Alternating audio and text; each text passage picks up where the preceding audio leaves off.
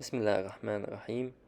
In this video, I will share with you the solution of using React Native on a MacBook M1. This solution is updated May 2021. First, open a new terminal page and install gem FFI.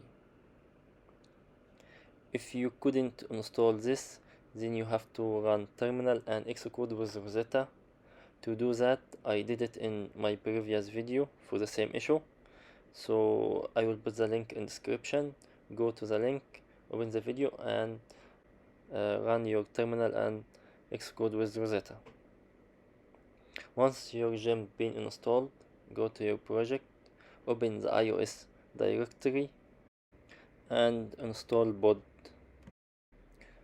Make sure also that your macOS system is updated, because this is for updated macOS system.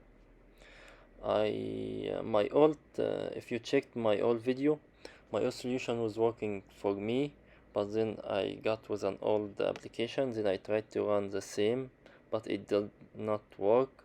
So after a few search, I found the solution, and when I run it, it worked fine.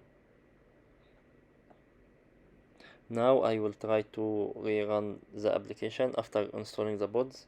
Of course, it's not running, but I do the first step, installing the pods, to make sure it is installed successfully. Then I test it so I can show you that it will not work, and this is the error I will always get when doing this. Now I will go to do the same old steps I did in my previous solution. First, Comment Fillper, and go back and install the pods again with the same code.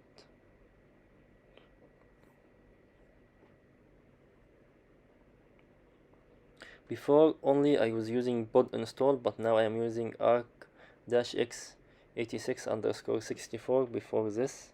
As you can see, Fillper being removed from the pod, and now I will rerun the app and it will work fine. This is an old app of mine, and it have many libraries, and as you can see, it's working just fine. Thanks for watching.